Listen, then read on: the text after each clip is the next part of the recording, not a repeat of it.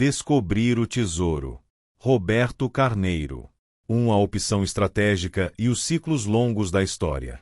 Dois reputados economistas da Universidade de Harvard, Lawrence F. Katz e Claudia Goldin, publicaram em 2003 um estudo científico longitudinal relativo aos efeitos da educação sobre a população ativa americana entre 1915 e 1999. Eles estimaram uma contribuição anual da ordem de 22% para os ganhos de produtividade do factor trabalho e um incremento líquido de 0,35 pontos percentuais por ano para o crescimento do PIB, ambos como consequência direta do enriquecimento da economia americana em capital humano. Mas a conclusão mais conhecida dos investigadores é a de que se deve à generalização do ensino secundário, operada no período de 1910 a 1940, a extraordinária expansão econômica americana da segunda metade do século XX e os fundamentos da sua vantagem estratégica sobre as demais economias do mundo verificada até aos dias de hoje. A opção estratégica de fazer do nível secundário completo o limiar mínimo sobre que repousará a sociedade portuguesa no futuro acarreta um potencial de transformação semelhante para a economia nacional e para o desenvolvimento sustentável de toda a sociedade. Trata-se, é justo reconhecê-lo, de um desígnio que não é novo no plano das ideias, mas que não encontrou até agora os instrumentos adequados à sua firme concretização no plano das políticas públicas. Em julho de 2000, no termo de 2 anos de aturado estudo realizado a pedido do governo, um vasto leque de personalidades e acadêmicos portugueses concluiu e divulgou um documento intitulado 2020, 20 anos para vencer 20 décadas de atraso educativo. Aí se demonstra que o atraso educativo português provém de meados do século XIX e que não deixou de se acumular até há cerca de 30 anos. Dizíamos na síntese final do estudo, numa altura em que as sociedades são pressionadas a adaptarem-se aos imperativos da generalização dos meios de acesso telemático ao conhecimento e à informação, tem-se por adquirido que o final de estudos secundários é o novo limiar crítico para que as pessoas ou nações possam triunfar. O grosso do pelotão da nossa população ativa situa-se muito abaixo. Ainda que o país tenha conseguido regularizar o fluxo de educação, o problema da composição educacional do estoque é deveras preocupante. Acresce a esta exigência padrão de nível secundário completo a necessidade de desenvolver novas competências. Estamos em face de uma opção estratégica de geração. A educação e a formação são questões da maior premência social. São elas as únicas alavancas seguras para proporcionar aos portugueses do século XXI aquela prosperidade que foi negada às gerações precedentes. Está em causa vencer o ciclo longo do atraso português, investindo conjugadamente na melhoria contínua das condições de escolarização das crianças e jovens, por um lado, e na reversão da atávica desqualificação da maioria esmagadora da população adulta que se viu privada do direito a uma educação completa. Encontramo-nos historicamente defrontados com o desígnio de garantir o direito universal à formação e a determinação de atacar uma dupla desigualdade. Em primeiro lugar, a inaceitável, diria insuportável, rejeição pelo sistema escolar de cerca de 45% dos jovens alunos ao seu cuidado, que, por razões diversas, não alcançam o mencionado nível limiar do ensino secundário, os quais engrossam ano após ano a multidão de portugueses de baixas qualificações e reduzidas hipóteses no mercado de trabalho cada vez mais insaciável na procura de habilitações e de competências avançadas. Em segundo lugar, a desigualdade humilhante sofrida por população adulta que, excluída de uma escolaridade habilitante para viver e trabalhar numa sociedade crescentemente baseada nos saberes, se vê constrangida pela vida fora com o peso de um pecado original de que não é culpada, antes é a vítima. A gravidade social e humana da dupla desigualdade exige a sua denúncia categórica. A resolução gradual dos problemas de fluxo colocados pela formação das novas gerações não nos exonera da obrigação de zelar pela elevação maciça da qualificação do estoque de adultos que se encontram destituídos das ferramentas indispensáveis para sobreviver numa sociedade crescentemente cognocrática. Até porque a literatura científica está cheia de evidência empírica de como o nível educativo dos pais e o ambiente cultural da família são poderosos determinantes dos resultados escolares dos filhos. A este propósito, recordarei aquilo que, em conclusão do referido estudo prospectivo, e no que a vertente da requalificação do estoque se impõe, propunhamos a quando da sua apresentação em 2000.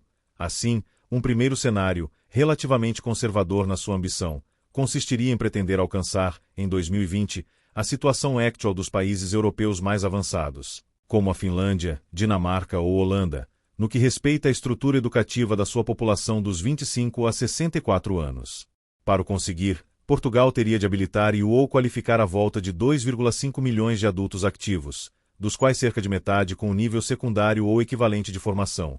Num segundo cenário, mais ambicioso, que colocaria como meta convergir com a estrutura educativa da população na Finlândia, Dinamarca ou Holanda, por volta de 2020. Portugal ver-se-á defrontado com a exigência de habilitar e ou qualificar a volta de 5 milhões de adultos ativos, dos quais cerca de um terço ao nível secundário ou equivalente de formação. 4. Esta visão estratégica assustou uma elite confortavelmente instalada em horizontes de curto prazo e sem determinação anímica para ousar inverter a marcha da história. Não faltou quem denunciasse de irrealismo os autores do estudo ou verberasse a ausência de consideração pelos ciclos temporais da política pública. Outros manifestaram um reiterado desprezo, quando não ignorância, por aquilo que Jacques Lesorne V, respeitado especialista em estudos prospectivos, evidenciou, que as transformações profundas em educação exigem 50 a 75 anos para se consolidarem e produzirem frutos. Os tempos atuais de vertigem tecnológica e de gestão instantânea dos eventos mediáticos não são propícios à afirmação de projetos nacionais de largo fôlego. A pedagogia cívica, feita de visão estratégica e de diálogo aberto, cede frequentemente o passo à voragem do consumo imediato de factos políticos. Mas é, também, evidente que importa começar cedo para vencer os atrasos acumulados de erros históricos e que se transmitem de geração em geração. É este o sentido profundo da história dos povos. É esta igualmente a sabedoria da história humana, de cada narrativa pessoal ou familiar, onde adquire importância iniludível o investimento em meios de formação precoces, desde a mais tenra idade, para assegurar as melhores oportunidades de vida nos médio e longo prazos. Na história recente da educação é possível verificar que a Coreia do Sul duplicou a percentagem de diplomados de nível secundário num espaço temporal de 20 anos, elevando de 50% para praticamente 100% a taxa de conclusão de estudos secundários. Hoje, todos os jovens chegam ao final de estudos secundários, enquanto há 50 anos, dados de 1954, apenas 25% de cada coorte de coreanos lograva alcançar o final do ensino secundário. A expansão firme das taxas de escolarização em Portugal conseguida nas últimas 3 décadas permite acalentar a fundada esperança de que, com lucidez e muita determinação, seja possível em 20 anos reverter 20 décadas de atraso, investindo simultaneamente nos planos quantitativo e qualitativo dos resultados educativos. Confiamos em que, com a humildade que a dimensão histórica do desafio impõe, seja alcançado um pacto de geração, não um simples acordo de legislatura, suficientemente escorado para, acoberto das conjunturas políticas, propiciar a sua efetivação e catapultar Portugal para o pelotão da frente dos países desenvolvidos no decurso da centúria. 2. Um novo paradigma. A educação como serviço aprendi, num longo e fascinante convívio de trabalho no terreno com o autor da Pedagogia do Oprimido e da Pedagogia da Esperança, mestre Paulo Freire. Que a educação é um serviço de proximidade e que só as comunidades dispõem da energia interior necessária para resolver problemas densos de humanidade. 6. Neste verdadeiro teorema da vida, os educandos, sejam jovens, adultos ou seniores, são sempre o principal recurso do processo formativo. Eles não podem ser considerados, longe disso, meros e passivos consumidores de produtos educativos generosamente prodigalizados pelos guardiães formais dos bens educativos. A educação dialógica, magistralmente concebida por Freire, centra-se na pessoa e na sua relação dialogal com a comunidade, para aí descobrir a matéria primeira sobre a qual se estrutura a viagem de aprendizagem de cada um. A pedagogia crítica, deste modo fundada, liberta e convoca pessoalmente para a tarefa da leitura da história e do compromisso pessoal na sua construção. Ora, por isso mesmo, a educação como serviço pressupõe uma radical alteração do modelo dominante na nossa modernidade educativa, o qual permanece prisioneiro de um paradigma de educação como indústria. Trata-se de decretar o termo definitivo da fábrica de educação, tentação tecnocrática que sobrepõe a eficiência dos meios à nobreza dos fins, e que sempre espreita quando a gestão burocrática da educação se vê a braços com os magnos desafios da quantidade. Essa visão redutora, quiçá desumanizadora da educação, propende a equiparar o empreendimento educacional e da sociedade a uma peça de relojoaria, uma espécie de máquina, cujo funcionamento exigiria tão só, para controlar, de um iluminado Deus ex machina. Ora, quando se aceita descer do pedestal e mergulhar na realidade micro, onde tudo finalmente se decide, é fácil compreender que o serviço público de educação não tem de ser um serviço uniforme de escolarização, que as soluções robustas são desburocratizadas, que a pluralidade de respostas locais é a única garantia de respeito pela dignidade humana, e que a pessoa, cada pessoa, é o autêntico sujeito do seu destino. A conciliação de imperativos de qualidade com metas de quantidade demanda uma profunda alteração das ecologias de aprendizagem por forma a superar os tempos modernos, genialmente parodiados no já longínquo ano de 1936 por Charlotte, que continuam a influir no imaginário educativo do presente. Educar é ajudar as pessoas a transformarem-se, a realizar o seu potencial máximo, a libertarem-se de peias e grilhetas que impedem o desabrochar natural dos talentos de cada pessoa. Educar é proporcionar a cada um a possibilidade de escrever bem, e em liberdade, o seu livro da vida. Numa acepção lata, a criação de novas oportunidades deverá traduzir-se numa preocupação de facilitar a vida a quem quer aprender, no modelo orientado para melhor servir o cidadão. Será oportuno sublinhar que aqui se joga uma das dimensões mais complexas da mudança de paradigma preconizada. Os serviços públicos, com honrosas exceções, têm uma péssima tradição de relacionamento com os cidadãos e contribuintes, seus clientes fundamentais. Reformar profundamente o atendimento público, reorientar a ética de tratamento do cidadão, virar as instituições educativas e formativas, no caso em apreço, totalmente para o serviço ao educando formando, jovem ou adulto, que passará a ser considerado o eixo central da sua preocupação e a sua razão de ser, configuram uma profunda alteração de cultura e de mentalidade. Absolutamente indispensável a viabilização do serviço de proximidade em que a educação-formação se deve transformar. Uma das mais extraordinárias descobertas da biologia e da psicologia é a neotênia. Na sua essência, esta teoria propõe que o ser humano é inacabado, é um ser sempre maturo até ao fim da sua existência. Por consequência, a invenção de si, ou, na iluminada expressão estruturalista de Claude Lévi-Strauss, le bricolage de sa própria síntese, é uma indeclinável responsabilidade pessoal, só comparável, em prioridade, à responsabilidade comunitária de a viabilizar através da organização de serviços ordenados a tal fim.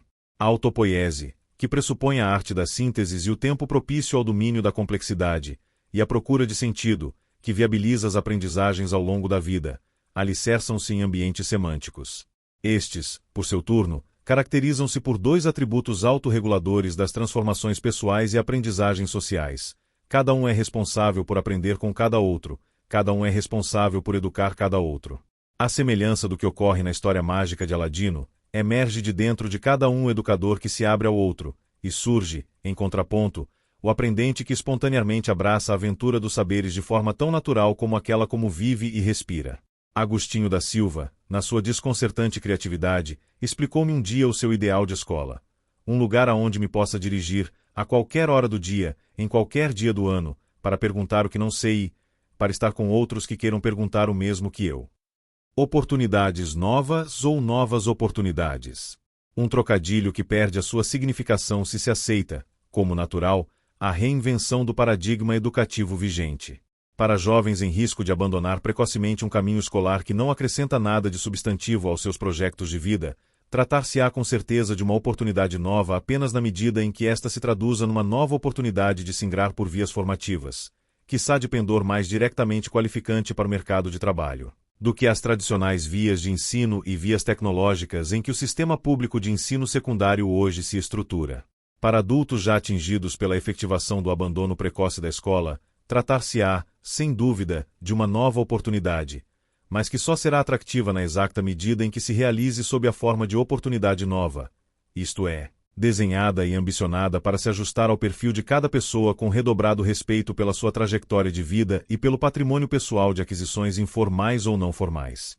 Na verdade, a dureza dos números demonstra que a oportunidade que teoricamente existia para os jovens seria apenas ilusória para os mais propensos ao abandono escolar, ao passo que a oportunidade que nunca existiu para aqueles adultos que teriam perdido o comboio da educação poderá continuar a ser irreal caso se alimente de paradigmas passados.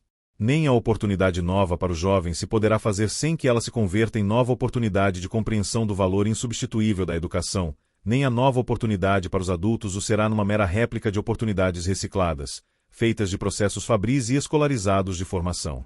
O novo tempo das aprendizagens visa superar a fragmentação da sociedade, mosaico.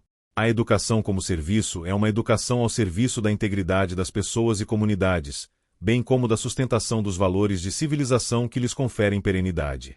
3. Descobrir o tesouro. Em abril de 1996, no termo de 3 anos de complexas reuniões, a Comissão Internacional para a Educação no Século XXI, dirigida por Jacques Delors e integrando 14 comissários provindos das mais diversas matrizes filosóficas e culturais, apresentou na sede da Unesco, Paris, a sua proposta final. O livro viria a intitular-se Educação, um tesouro a descobrir 7, designação feliz inspirada numa célebre fábula de La Fontaine em que o lavrador aconselha os filhos: evitai vender a herança, que de nossos pais nos veio esconde um tesouro em seu seio para viabilizar a plena apropriação do tesouro. Recordo que a comissão propôs 4 aprendizagens para o futuro: aprender a ser, aprender a conhecer, aprender a fazer, aprender a viver juntos. Portugal encerra no seu seio um grande tesouro. Ele está corporizado na sua história, na sua cultura, na sua língua, nas suas artes, na sua poesia, enfim, na sua relação ímpar com o mar e com os demais povos do planeta. Toda uma riqueza espiritual, entesourada ao longo de quase 9 séculos de teimosa existência, é hoje patrimônio dos portugueses e das gentes que partilham uma pátria comum em permanente reconstrução. A missão da educação consiste, pois, em redescobrir esse imenso tesouro que habita o interior de Portugal e de cada português. O argumentário que se costuma convocar para justificar a aposta na educação e na formação das pessoas é hoje amplamente consensual. Ele varre as mais diversas dimensões do devir coletivo, desde a economia à cidadania, da cultura à democracia, da sustentabilidade ambiental à inovação tecnológica, da coesão social à afirmação geoestratégica no mundo. Nestas minhas breves considerações conclusivas não resisto, contudo, a recentrar o propósito fundamental da educação no desenvolvimento integral da pessoa, na realização plena de cada vocação, no valor da paideia, que, segundo a tradição helenista, é sinônimo, a um tempo, de educação e de cultura. O nosso legado humanista a isso nolo obriga. No meio de tanta algazarra é conveniente não esquecer o simples e o óbvio, que, afinal, educamos as pessoas na mira de as fazer mais felizes, de as ajudar a saborear o sortilégio da vida, de as levar a descobrir também o tesouro que existe no mistério de todas as outras pessoas que estão ao alcance de um abraço, e que não há caminho de educação sem correlativa humanização. Há cerca de um ano, participei na realização de um vasto estudo sobre a felicidade dos portugueses. 8 trabalho de campo consistiu em entrevistas nos lares a uma amostra representativa de população urbana residente em Portugal continental, 1069 respostas válidas.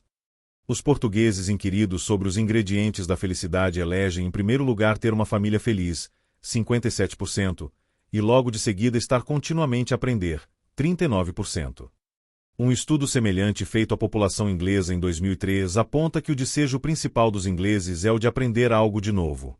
Cotejando cerca de 900 inquiridos, constata-se que 44% considera a aprendizagem como o aspecto mais significativo para o seu futuro pessoal e profissional. Esta sondagem refere também quais são, para a generalidade dos inquiridos, as prioridades relativamente a áreas de conhecimento. Em termos de opções de aprendizagem, a informática foi o domínio área que registrou maior interesse, 30%, seguido das línguas estrangeiras, 22%, e das artes e ofícios, 12%. O potencial existe em latência. Portugal continua a ser uma das sociedades onde o capital simbólico da educação assume maior valia e onde a cultura social mais remunera a certificação formal dos saberes. Os portugueses foram sendo levados, pela passagem do tempo, a reconhecer a importância da educação para suas vidas e para a efetivação das suas legítimas ambições de felicidade e de realização plena. Por isso carece de demonstração científica a tese de que os portugueses desprezam o valor da educação ou subalternizam a importância de uma qualificação profissional. O sonho de uma sociedade educativa, feita de constante partilha de conhecimento e de aprendizagem ao longo da vida, é, pois, possível. Aprender a aprender é uma componente de aprender a ser. O segredo é compreender a aspiração profunda de cada um ou uma e levá-lo a sentir-se apto, a realizar o sonho, o projeto, a visão, na arena concreta do dia a dia. Um ícone da 7ª arte do tempo da minha juventude, James Dean, inusitadamente desaparecido no auge da sua carreira cinematográfica, diria premonitoriamente: sonha como se vivesses para sempre, vive como se morresses hoje. Sem sonho não há motivação. Sem motivação não se vive intensamente o dia a dia. Reza a lenda que 2 reputados filósofos da antiguidade grega, Heráclito e Demócrito, esgrimiam entre si teorias opostas no que viria a ser conhecida como a quaestio disputata. Será melhor rir ou chorar perante a agitação, os erros e as desgraças dos homens? Num celebrado fresco renascentista, criado em de 1487 a 1488, Donato de Angelo, Bramante, representa as reações psicológicas antitéticas dos 2 filósofos da disputa. Enquanto Heráclito chora, Demócrito ri.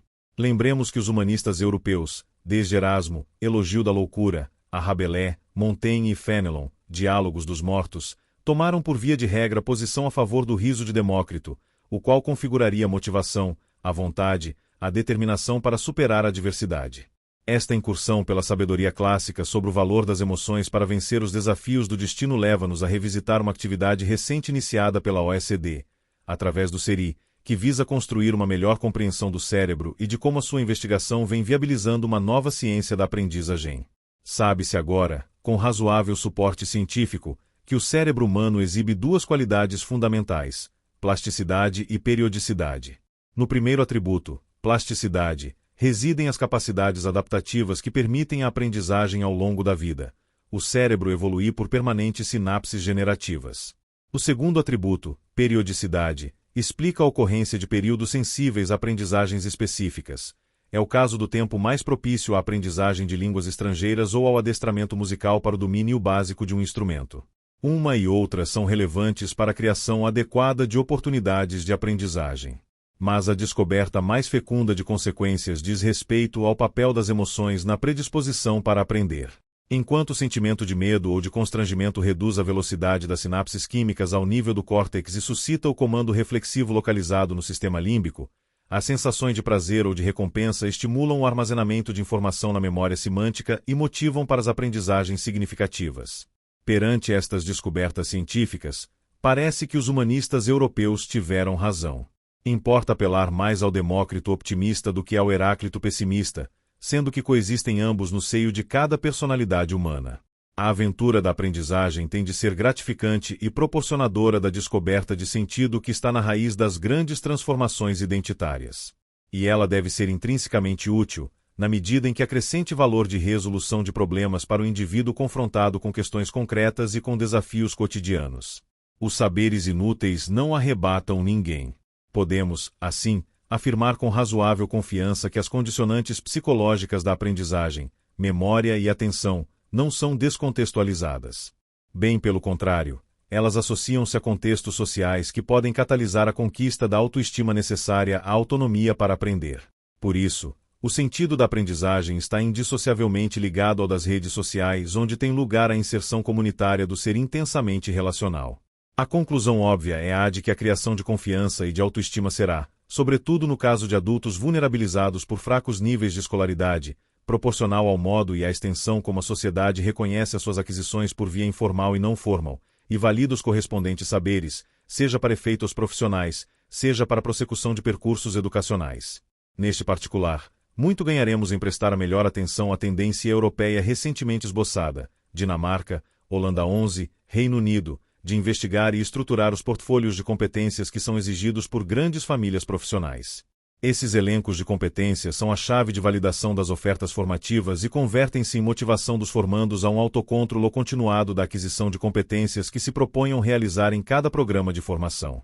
O sentimento de confiança que advém da consciência da conquista progressiva de novos patamares de competências é o principal lenitivo para criar motivação acrescida para aprender. Por isso, a Europa da formação é cada vez mais uma Europa das competências tangíveis e mensuráveis, cujos repositórios são crescentemente transferíveis e fungíveis entre contextos profissionais diversificados.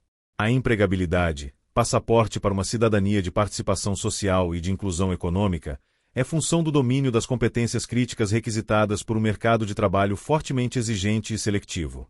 O grande teste à adequação real de um programa de requalificação generalizada dos portugueses reside, assim, na sua capacidade para motivar a nação e libertar as suas energias interiores em torno do desígnio maior da aprendizagem e da formação ao longo da vida. A generatividade da nossa sociedade aferir-se-á pelo empenho com que a geração presente se preocupa com o bem-estar da seguinte e exprime a sua solidariedade com as adversidades que atingiram as gerações precedentes. O segredo está, pois, em criar motivação. 155 Descobrir o tesouro sem motivação não haverá procura sustentada, e sem procura motivada, entusiasmada, não haverá oferta que subsista no mercado da formação. Motivar a aprender e aprender a motivar. Um programa difícil, mas onde se decide a sorte de uma iniciativa de qualificação e requalificação maciça dos portugueses. Neste sentido, o ideal da sociedade educativa não se esgota num mero projeto técnico de melhoria das qualificações dos portugueses. Nem se confina a uma proposta sectorial de intervenção pública. Ela corporiza um verdadeiro projeto de comunidade, apela a um programa mobilizador da nação, significa a vontade contagiante de desinstalar um estado de coisas, corporiza uma ambição corajosa de mudar. Terminaremos, como em julho de 2000, a quando da apresentação do relatório Educação 2020 na Fundação Calouste Gulbenkian, citando Leonardo Coimbra. O homem não é uma inutilidade num mundo já feito, antes, é o obreiro de um mundo por fazer. Boa sorte, Portugal!